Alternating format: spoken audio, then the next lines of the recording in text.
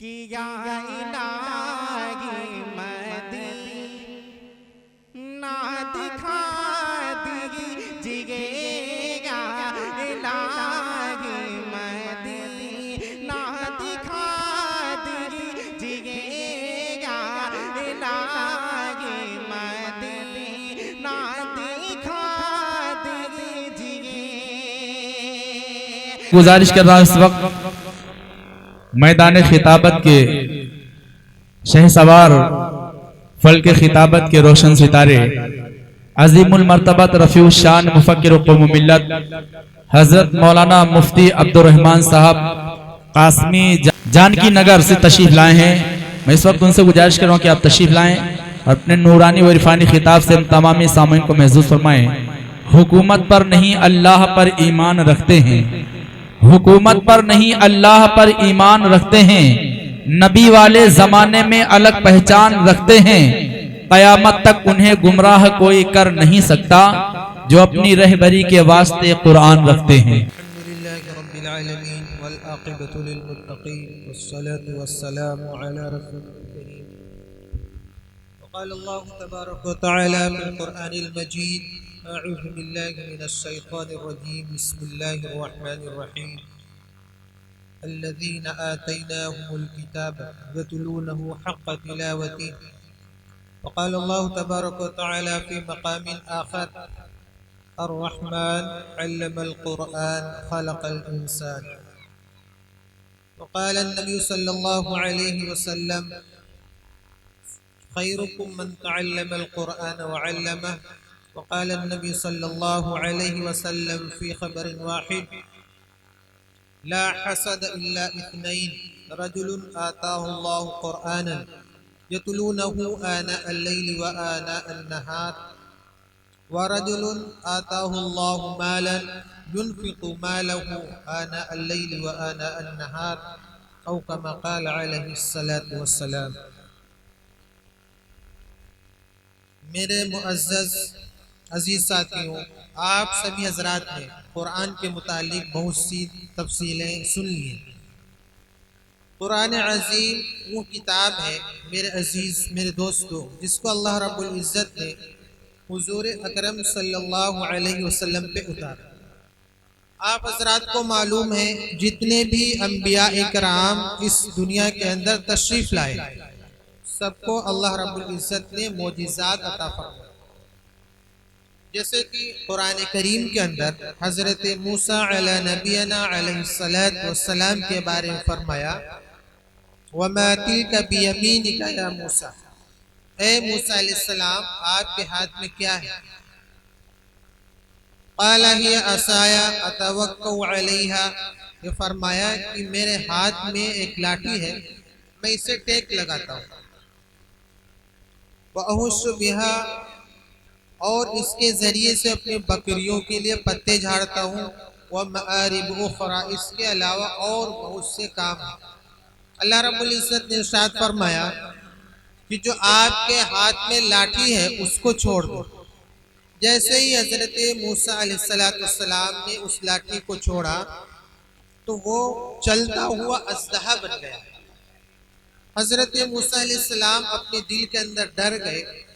اللہ رب العزت نے ارشاد فرمایا قال خذها ولا تخف سنعيدها سيرتها الاولى، اے موسیٰ علیہ السلام آپ ڈرے نہیں اور ہم اس لاٹھی کو اس سانپ کو اسی طریقے پر لوٹا دیں گے۔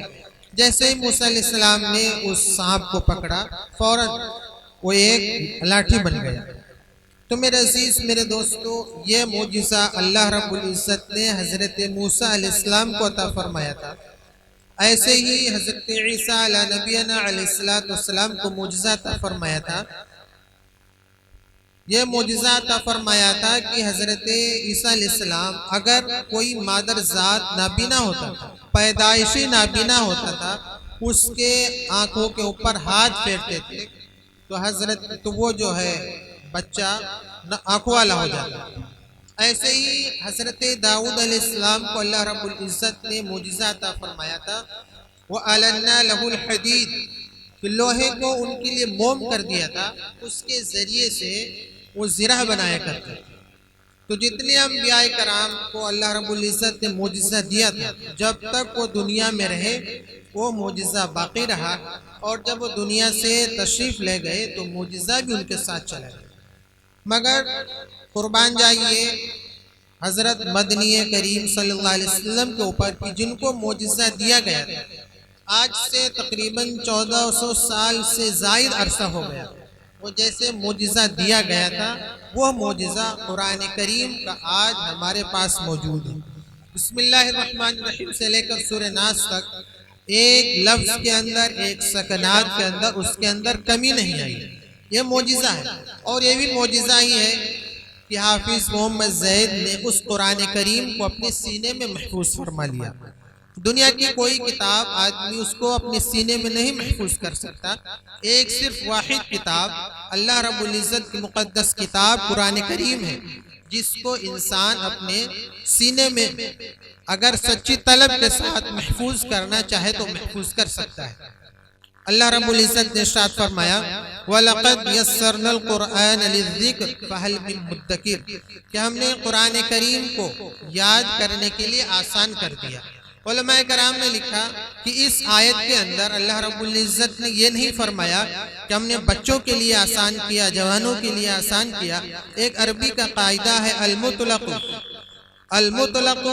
یطلق علی اطلاقہ، مطلق چیز اپنے قاعدے پر جاری رہتی ہے، یعنی اس کتاب کو اگر جوان پڑھے گا وہ بھی یاد کر لے گا، اور بوڑھا اگر سچی طلب کے ساتھ اس قرآن کریم کو یاد کرنا چاہے وہ بھی یاد کر لے گا۔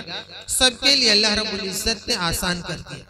ایسے ہی اللہ کے رسول صلی اللہ علیہ وسلم نے ارشاد فرمایا لا حسد الا اثنین، حسد جائز نہیں مگر دو چیزوں میں۔ رجل آتاہ اللہ قرآن، وہ آدمی جس کو اللہ رب العزت نے قرآن کریم کی دولت سے نوازا ہو، یتلونہ آناء اللیل و آناء النہار، دن رات قرآن کریم کی تلاوت کرتا ہو۔ آدمی اگر اس کی حرص کرے، حسد کرے تو جائز ہے۔ حسد عربی میں کہتے ہیں زوال نعمت غیر، غیر کے پاس جو نعمت ہے وہ زائل ہو جائے، اس کو حسد کہتے ہیں۔ یہ فرمایا کہ حسد یہاں جو ہے غیبتے کے معنی میں ہے کہ جیسی دولت اللہ رب العزت نے اس کو عطا کی ہے وہ دولت ہمیں بھی عطا ہو جائے، تو یہ چیزیں رش کرنا کیا ہے؟ جائز ہے۔ علماء کرام نے لکھا کہ دینی امور میں رش کرنا مستحب ہے، دنیاوی امور میں مباح ہے۔ اگر کسی کے پاس اچھا مکان ہے، ہم اللہ تعالیٰ سے دعا کریں اللہ تعالیٰ ہمیں بھی ایسا مکان دے، تو یہ تمنا کرنا مباح جائز ہے اور دنیاوی امور میں مستحب ہے۔ وَرَجُلٌ آتَاهُ اللَّهُ مَالًا، وہ آدمی جس کو اللہ رب العزت نے مال دیا ہو، يُنْفِقُ مَالَهُ آنَاءَ اللَّيْلِ وَآنَاءَ النَّهَارِ، اور وہ اپنے مال کو دن رات خرچ کرتا ہو تو اس کی بھی تمنا کرنا چاہیے۔ اس وجہ سے جتنے بھی لوگ یہاں موجود ہیں وہ سب کم سے کم یہ نیت کر کے جائیں کہ ہم اپنے بچوں کو حافظ قرآن بنائیں، اور یہ بھی نیت کر کے جائیں کہ ہم اپنے بچوں کو دینی تعلیم دیں، کیونکہ دینی تعلیم دینا کیا ہے؟ فرض ہے۔ اللہ کے رسول صلی اللہ علیہ وسلم نے ارشاد فرمایا طلب العلم فریضۃ علی کل مسلم، علم کا حاصل کرنا ہر مسلمان کے اوپر فرض ہے، اور خاص طور سے قرآن کریم کی جو آیات ہیں ان کو صحیح حاصل کرنا فرض ہے۔ جیسے کہ فرمایا الذین آتیناہم الکتاب یتلونہ حق تلاوت، تلاوت کا حق کیا ہے؟ کہ جو اس کے مخارج ہیں، قرآن جہاں سے حرف نکلتا ہے اس کو اس طریقے پہ یاد کرنا ہے۔ یہ فرمایا وَالْأَخْذُ بِالتَّجْوِيدِ حَتْمٌ لَازِمٌ مَنْ لَمْ يُجَوِّدُ الْقُرْآنَ آثِمٌ، قرآن کریم کو اس کے صحیح اصول اور صحیح مخارج کے ساتھ ادا کرنا فرض ہے۔ جو شخص تجوید کے ساتھ قرآن کریم کو نہ پڑھے وہ گنہگار ہوگا۔ تجوید کیا چیز ہے؟ آپ لوگ یہ سمجھیں کہ جہاں سے حرف نکلتا ہے اس کو ادا کرنا، جہاں پہ مد ہوتا ہے اتنا مد کرنا، جہاں پہ گنہ ہوتا ہے وہاں پہ گنہ کرنا، یہ تجوید کہلاتا ہے۔ سب کے لیے ضروری ہے، جوانوں کے لیے ضروری، سب کے لیے ضروری ہے کہ قرآن کریم کو جو اس کے اصول ہیں، اس کے مخارج کے ساتھ خود بھی پڑھے اور اپنے بچوں کو ایسے مدارس میں داخل کرائیں جہاں قرآن کریم کو تجوید کے ساتھ پڑھایا جاتا ہو۔ میرے عزیز دوستو، بس میں اپنی بات کو مختصر باتوں پہ مکمل کرتا ہوں کہ اور لوگ ہیں ان کو بھی سنیں گے، اور بہت سارے جو حضرات ہیں تو ہاں سے رخصت بھی ہو گئے، ٹائم بھی ہو گیا، کیونکہ یہ دن جو ہے شب برات کا ہے۔ اس میں جتنی بھی عبادت ہو سکے قرآن کریم کی تلاوت، نوافل، اس میں بھی اپنا وقت لگانا چاہیے، اور بشاشت قلب کے ساتھ جتنی عبادت ہو سکے وہ اس رات میں دعا کا بھی اہتمام کرنا چاہیے۔ اللہ رب العزت ہم سب کو ان باتوں پر عمل کرنے کی توفیق عطا فرمائے۔ وما علینا الا البلاغ۔